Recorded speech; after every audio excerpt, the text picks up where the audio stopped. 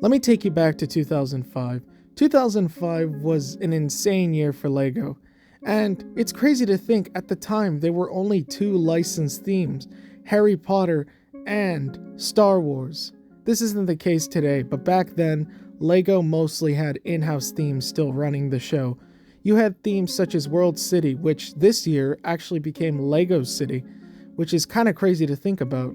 This was also the last year of Alpha Team, sadly, but we got some new incredible themes such as Vikings, Dino Attack, and we even had an update to LEGO Racers. And this year, we saw LEGO Technic finally get its act together and turn into the modern theme it is today. But there was one theme that triumphed over all of those themes, even Star Wars and Harry Potter. One theme that everybody was looking forward to, and it's a theme everyone was hyped, waiting for more, wondering what was the new wave gonna be like. And that theme was Knight's Kingdom 2. Yeah, I'm just kidding, it was Bionicle. It was Bionicle in 2005. Bionicle in 2005 was definitely hyped, as fans were eager to know where our heroes were going to be next. Of course, there was a lot of speculation as to where we were going to go, but LEGO made sure to show off the newest set, and it wasn't the figures, however. It was, from the looks of it, a system set with Bionicle pieces? Yeah. Quite interestingly, LEGO heavily promoted these new sets, featuring them in the magazines, comic books, drawings, and they even made the front cover of one of the LEGO magazine sets, with the battering ram getting first page. Wow. It's quite interesting to see how primitive these sets were, but at the time, LEGO was very experimental. Now, we don't know the exact reasons why LEGO chose now to make system-based Bionicle sets. Obviously, Bionicles are so big that, realistically, if you wanted to build, let's say, a house for them, you're gonna run out of bricks before you finally get to the roof. I have found a forum and talked to people where it seems like there was a demand for LEGO system-type figures.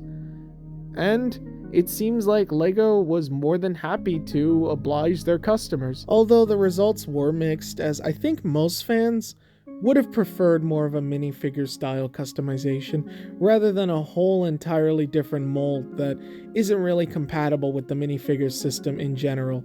Although, this is only speculation. Who knows? Maybe LEGO just wanted to experiment and they wanted to create something new for the 2005 wave to be a little different. Although the third option of explaining why they made these waves could be possibly to shut up those people who say Bionicle isn't really compatible with other LEGO themes, making it a very non-LEGO theme. Of course, many sets this year came with a lot of Bionicle pieces, but it just kind of proves that these people are wrong and Bionicle can be integrated into the LEGO system. But it's always possible that this might have been one of the defining reasons why LEGO wanted to make a system playset theme for Bionicle of all themes. But how did the sets look? How did they perform? Well, luck would have it, I happen to have all 4 of them. I got lucky enough to win 3 of them in an auction. And unfortunately some pieces were missing, but for the most part they were complete. And I'm going to go over them one by one. So let's take a look, shall we? But before we cover the sets, let's talk about the minifigures. And they're a bit of a mixed bag. Unfortunately, there is no posability whatsoever, meaning a regular minifigure has more posability than these guys. While the stiff position is disappointing, the cool thing is you don't have to worry about not having all the members, as they all come in all 4 sets. While at first this seems cool, keep in mind you're getting duplicates. But they all come with a unique tool that's specific to them. While these tools seem great, they leave a lot to be desired, as there's limited posability to begin with, so the tools, unless you want to knock your figure over, can't do much. They're also not that great with minifigures, as they barely latch on for some reason. Another interesting thing about these figures is there's color variance. Apparently, around this time, certain colors were being muted, or the recipe was changing, or something, as you can see here. But, despite that, these figures are lovingly made. You can tell LEGO put a lot of detail into these figures, and they show. Keep in mind, molding in this scale is really hard, but all of the figures look like their respective canister sets, even though the scale is so small. But I gotta give credit where credit is due. These figures aren't that great with the posability department, and their weapons leave a lot to be desired, but they're still really good figures for the time. The second quote-unquote accessory or minifigure or whatever you want to call these is the Visorok. Now, these things are honestly really cool, and they're saved just from one feature that they have. They glow in the dark. I love glow-in-the-dark pieces. They also can do this, which is pretty neat. Now, the exact number of Visoroks in each set varies, but here's something you need to know. These often decorate the set with a Lego rope, which you can attach through their mouth. There's a weird variant I found, which is this one. I don't exactly know what's the deal, why there's two versions of rope. I'm not sure if this is on everyone's set or if I'm just this one person, but this is how the set came to me. Comment below. I'd definitely love to know why there's two versions of one piece. So, stranger, what are your plans? Well, here it is. Our first... Wait. I'm forgetting some... Oh, okay, there we go. No, wait. Wait, there's more. Okay, there we go. No, wait. Alright, that's better. Here we have Visorok Gate. Why I started this set particularly, I don't know. To me, it's the weakest set out of the bunch, and you'll see why, what I mean by that. Now, this set is peculiar as it has Visorok pincers, but it doesn't really have a Visorok head. It's just made out of stickers. And I hate stickers, and this is a common thing you'll see with these playsets, unfortunately. One of the few saving graces of this is, of course, the pieces glow in the dark, so that's something to write home about. But the set itself is pretty weak. It's mostly made out of a Technic frame with a few functions, and it's pretty bare bones if I'm being brutally honest. Now, for $40, it's a pretty good set if you want to get all four, and thankfully the Toa have a flaming rock to throw at the Visorok Gate. There we go, that's better. Now, other than the sun-encrusted Lego pieces, what does the function do over here? Well, let me try and demonstrate. Unfortunately, these ugly rock pieces are incredibly hard to get out, and it doesn't help that this set is almost 20 years old. But the main function is you're supposed to be able to let the... Well, you're supposed to be able to let the rock through, but it only works sometimes. The back function is probably the most bizarre out of the whole set. Get this. You're supposed to put a Visorok in here through this little contraption right here. You plop it up. You plate... Oh, okay, there we go. You place the Visorok in there, and you're supposed to pull it back. And that is supposed to shoot the Visorok. However, this function sucks, because 90% of the time it's gonna jam. Now, before you comment, oh, you should have moved the spiders out of the way, I did move the spiders out of the way. And guess what happened?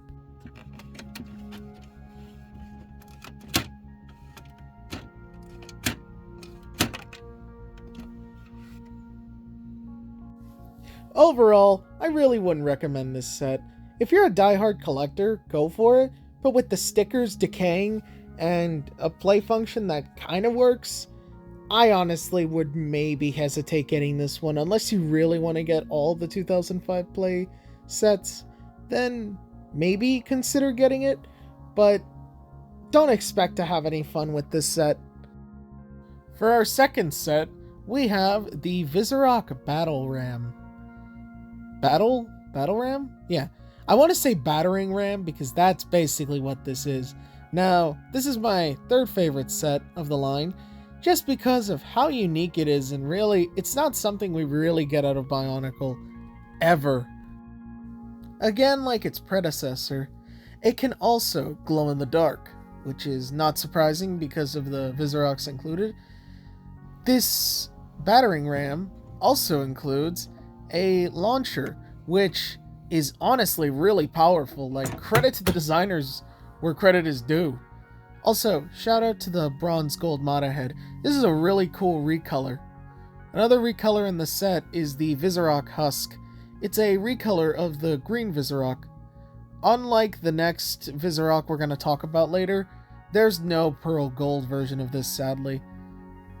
One thing I really like about this set is how creative it is. It combines Bionicle pieces and really uses them very well, unlike the previous set. Unfortunately, the legs leave a lot to be desired, but hey, it's okay. The battering ram function is really cool. It works nicely, and for a $30 set, it's honestly pretty good. Of course, I do have my complaints. I do feel like the set is a little bit too skeleton. I mean, it's basically just Technic pieces meshed together to create a battering ram, but at the same time, its play function is so charming, I'm gonna give it a pass. This set is pretty good. I highly recommend it. It honestly goes well with the Gates of Metronuian. I'd recommend picking it up if you can. Before I finish talking about this set, I want to briefly mention the prototype images that came out in 2005 of this set. As we can see, it was drastically different in its prototype version, with the Visorock being yellow for some reason. Not sure if this is an early mold or if they're just testing the color. And also, a silver Vakama? What? I know sometimes I say the prototype is better than the finished product, but I certainly think the version we got is better in that regards, but it seems like the original intent with this set was to tame some untamed beast or something like that, and they obviously kept some original aspects such as the Visorock pulling the vehicle, but really interesting if I'm being honest. I hope we find out more information about this set, and honestly would love to get that silver Vakama mask. Please, LEGO, please. Just let us have the prototypes. We'll do anything. For our third set, we have my own original copy, the Tower of Toa. Wait a minute. There we go. Now, believe it or not, I actually paid the same price this was valued at retail. I only paid $50 for this set, so it was a steal. And of course, glow-in-the-dark spiders. You can never go wrong with that. Already, this set is an improvement. We got excellent recolors like Vakama's sword, and we've got Taragaduma's mask. But before I go more into the set, we need to address the spider in the room. The real reason people remember this set. Now in universe, this creature is called a Kagara? Karagara? Kagara? Kakara? I don't know. Anyway, it's supposed to be a creature attacking the Tower of Toa, and it's got this really cool spring-loaded shooter inside of it, which you can use to attack the tower. Unfortunately, with these spring shooters, they're so old that sometimes they don't work as well. Another problem is this guy's head keeps getting in the way. But here's the big secret about him. Now, in 2005, LEGO was changing their color combination.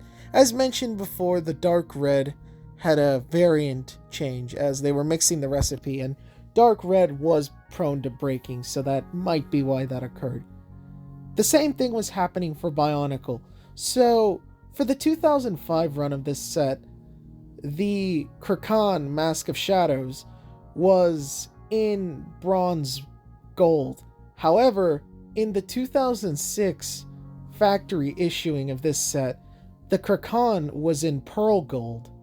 This mask has become a collector's item, and it's going in the big digit price range, and it's pretty much become the main reason people know this set. Now, I'm assuming not a lot of copies were sold in 2006, as they were probably getting rid of extra stock left over from 2005, so the chances of you having it are slim, but you should honestly check anyway. Unfortunately, my copy doesn't have the pearl gold mask, but still, this guy's pretty cool, so I can't complain, even though I'd love to be rich. So going back to the play function one more time, I tried testing it out, but again, like I said earlier, his head just keeps getting in the way of things. And it's really annoying because he's supposed to be attacking, but the main form of attack doesn't work. But if it doesn't work for you, you can always just use him to attack the Tower of Toa. It's effective as well. Also, shout out to the silver recolor of the Mata head. That's a really cool recolor. And it makes me sad this piece is gone. Also, the Toa have a secret weapon. A certain spring-loaded cannon. Now, unlike the one in the Spider, this one is a little too sensitive. Unfortunately, it's jammed in a very cramped position, so I can barely pull it out myself, and yeah. Well, if you don't have any self-defense, you gotta have emergency doors to get back into your tower, and the Tower of Toa does have that. There are 2 doors located in this set. This one opens just as fine, and it opens to a nice, comfortable space for the Toa to escape to. Unfortunately, the other side is a little more moronic, as it's hard to open, and it leads right into the mechanism to shoot the projectile. And, I mean, you could theoretically get somebody in there, but, you gotta kind of break their neck and then hope you don't kill them with the door falling down like I just did. The projectile in this set is a little overwhelming, as it often gets a misfire, and I've noticed 90% of the time I miss the first time, and then the second shot, it works really well. Going back to the Taragaduma mask, despite not being big enough to fit your head, it's actually big enough to fit the Toa minifigures inside of it, which is really cool. I'm glad the designers thought of that. Now, moving on to the back of the set, which is disappointing. I appreciated that the designers gave us a lot of room to work with, but it's kind of boring inside, and I don't really see what the Toa are supposed to be defending. I mean, could have added something. And unfortunately, another issue is that there's only 2 Technic pins holding the building with the other little side portions. That's fine and dandy, but unfortunately, it means that the sets are hanging on for dear life. And this connection would never be done today, as it's not even structurally sound. The last real play function is you can knock over these 2 objects with the spring-loaded cannon inside the Spider. Of course, my cannon is acting up, and it's probably not even going to be able to fire because of the head getting in the way or whatnot. But a guy can dream. Of course it worked. Overall, Tower of Toa. What do I think of it? Well, it's a great set. It's got a lot of nice features. It's reasonably priced at $50, and it's honestly what got me into wanting all of these sets. So, I think Tower of Toa is a great set. Now, on to our last Bionicle playset. But once again, before I go, I want to mention the prototype images. Now, unlike the previous ones, we actually have both the prototype image and the preliminary image. If you don't know what a preliminary image is, it's when the set is finalized and ready to go, but there isn't an official picture yet, or certain molds haven't been finished, or there's a delay, or something like that. It really depends on a bunch of circumstances, but preliminary is basically the set is ready to go, but there are a couple components missing. Anyway, so for the first image, we have a very interesting scene. Now, initially it seems the Tower of Toa was supposed to have a function of being able to be toppled and destroyed, but it seems like that was eventually scrapped, in favor for a solid structure. Also, again, we see these yellow Viserock spiders.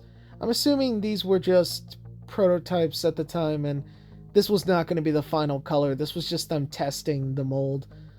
The most interesting aspect about this prototype is obviously Kitongu being a literal giant.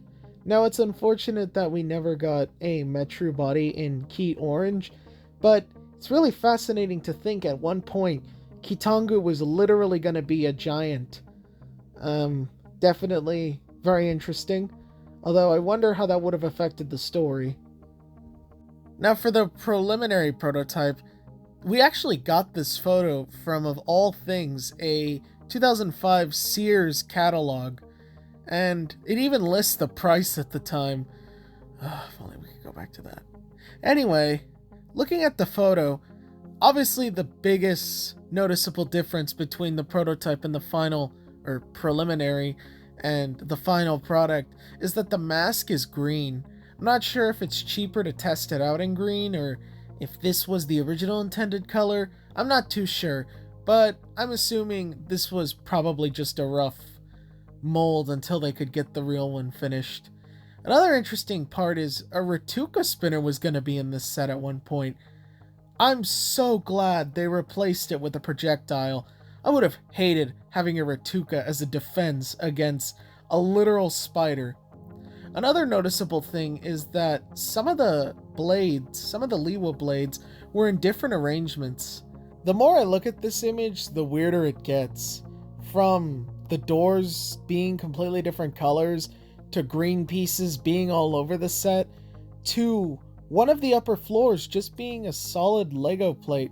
I'm not sure why they replaced that. I'm assuming this could be because of cost or something like that. Maybe it was too expensive to include a solid plate, but would have been nice. Obviously, the final set is perfect as is, but it's jarring seeing it in this state, and I'm honestly surprised LEGO even released this photo, but I guess this was the best photo they had of the Tower of Toa until it was finished. But it's kind of cool to see how they ironed out some of its flaws and turned it into the really good set it is today.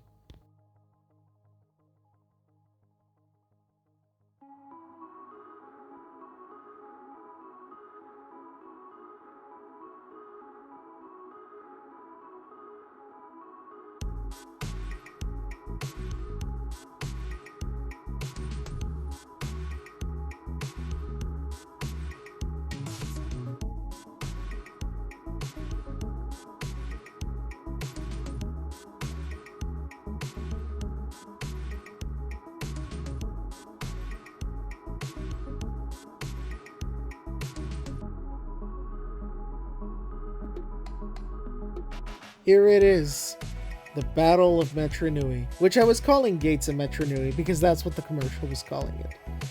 This is widely considered the best 2005 playset, but before I cover it, we have to cover this little gem right here.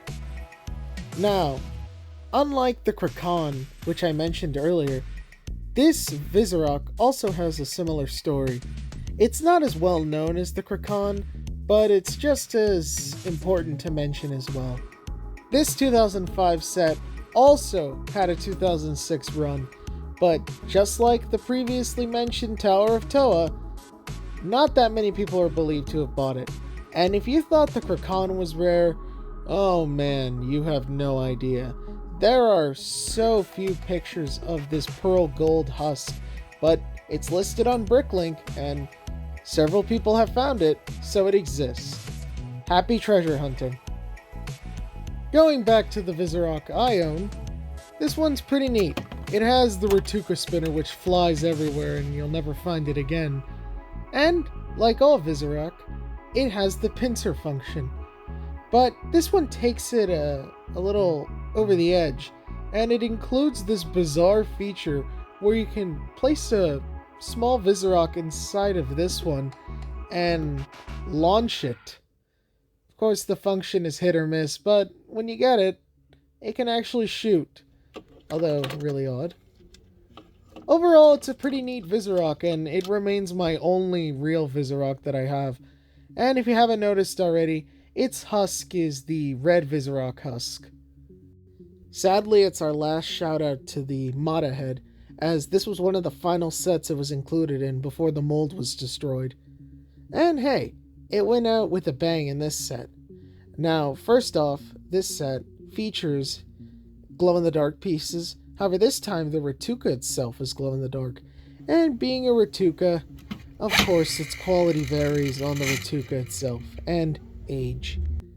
The set itself features a nice little ramp, which you can connect however you like, and it allows you to move what is essentially a moving bridge, or I don't want to call it a drawbridge, but it's sort of similar in that regards, but it's pretty neat. And you can retract it if you don't want your enemies following you, although I don't know how that's going to work for spiders. Removing the ramp, we have probably the most iconic part about this set, the mask, which is the mask of Toalikon, also the Howl. The mask is wearable, although I wouldn't recommend it if you want to be taken seriously. This section has a function where you can literally launch a Rockshi blade at your enemies, and it's really satisfying to see the thing go. Also, you can lift the gate up and down, depending on who you want to go through. And in the back, there's not that much. Obviously, you can see the Ratuka function, and this mask is wearable, but unfortunately, the Bionicle parts are definitely not going to be pleasant to feel. Anyway, let's move on to the rest. So, since both sections are nearly identical, I'm just going to cover one for brevity's sake. But you'll get the basic idea. You get one, you basically have the second one. And boy, did the designers really go out with this set. It's amazing, the level of detail. While I complained that the Tower of Toa was lacking in the interior, this one, it feels a lot more justified as the ramp comes down, and you obviously wouldn't want something there. And it makes really good use of the projectile system, as this is a defense. And then there's another way you can launch projectiles, and it's a clever way. Obviously, by breaking one of these panels, breaking one of these.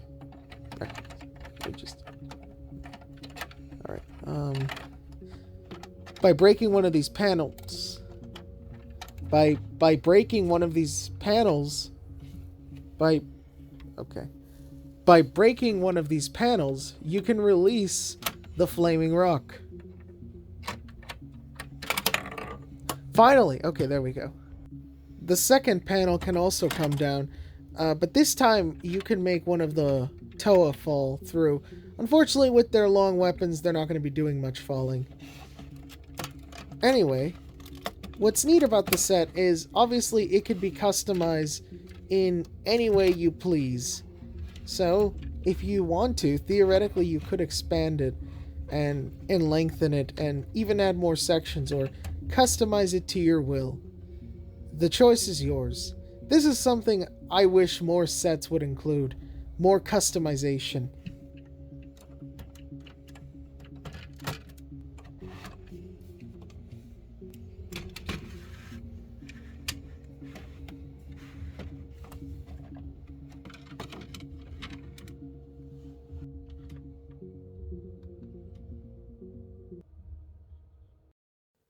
Excuse me, where do you think you're going? We have to look at the prototype images. This set has prototype images. Oh, trust me, you're gonna want to hear this. Now, despite other prototypes I've shown being quite different from the final product, this one is quite interesting because it's actually relatively close to the original product. However, there are big differences. Number one, the white Vizorock is there. Now this is easily explainable as he's likely just a placeholder for a later design they were planning on coming up with, which is the one we ended up getting. And also, you gotta have something there for reference. But something that really blows my mind is that Leocon's mask was originally going to be cut out more.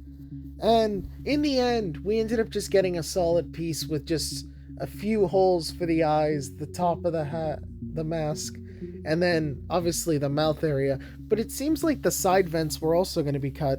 And personally, I kind of wish they had gone that route. I actually kind of like it. And it's a shame they didn't end up going that route, but maybe it was too hard to make in the molding machine, or maybe it wouldn't have been practical. Who knows? There must have been some logistical reason why they didn't do it.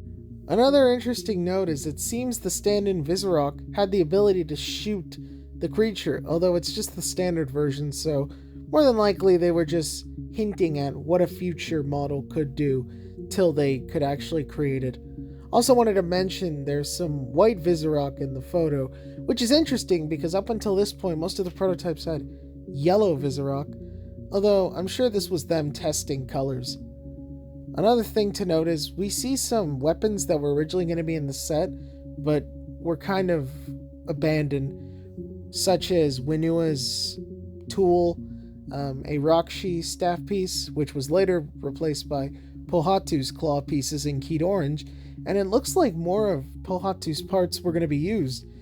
For whatever reason, this was abandoned. It could be a specific number of reasons, like part cost and keeping the piece count down.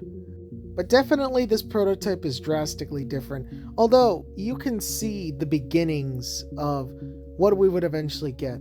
The last thing I want to point out before I move on is that I've noticed that it seems like initially Oniwa and Nokama were going to be facing to the right or to the left, as in these images we see a brown figure and blue figure facing left to right, and in the final set they're basically facing straight. So I guess initially they were going to have all the characters facing the same way, but they later changed that to give some variety, and God bless them. I can't imagine having the same figure but recolored with slight different designs. Oh wait. For the second image we have, this is the preliminary image from the Sears Canada catalog. Once again, we see a similar sort of thing where the set is taking form, but it's not there just yet. Again, we see the yellow Vizoroks. This time, no white Vizorok, which is pretty disappointing. It's interesting that the gold Vizorok isn't included, although this might be because the set designers were still working on him at the time. Interesting note, a lot of the recolors are not recolored yet, such as Pohatu's tools and the Mata heads, although the most interesting thing is that we're missing the middle section, and this was another thing we were missing in the earlier prototype, and it seems like that was a last-minute addition to sort of make the Battle of Metronui a little more grand by expanding the fort.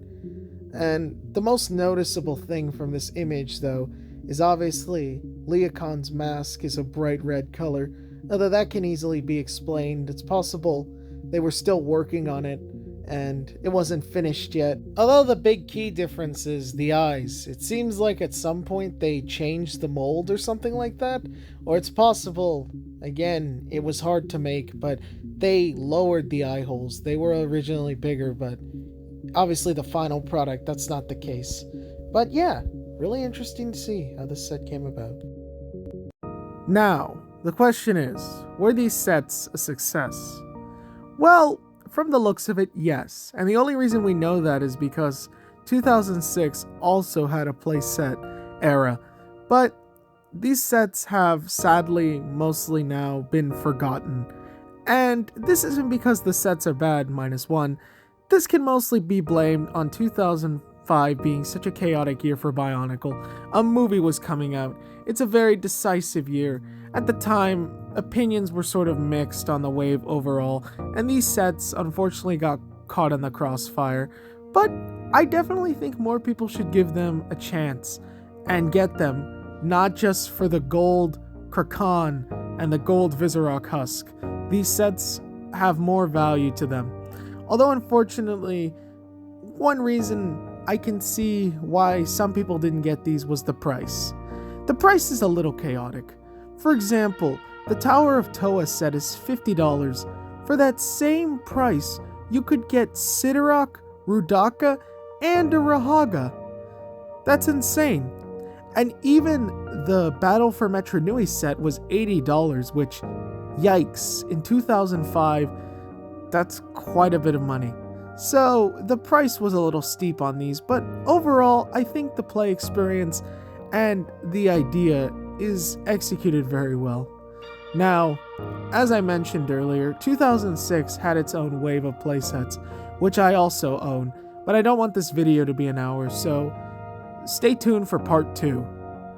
Well, I hope you enjoyed my coverage of the 2005 playsets.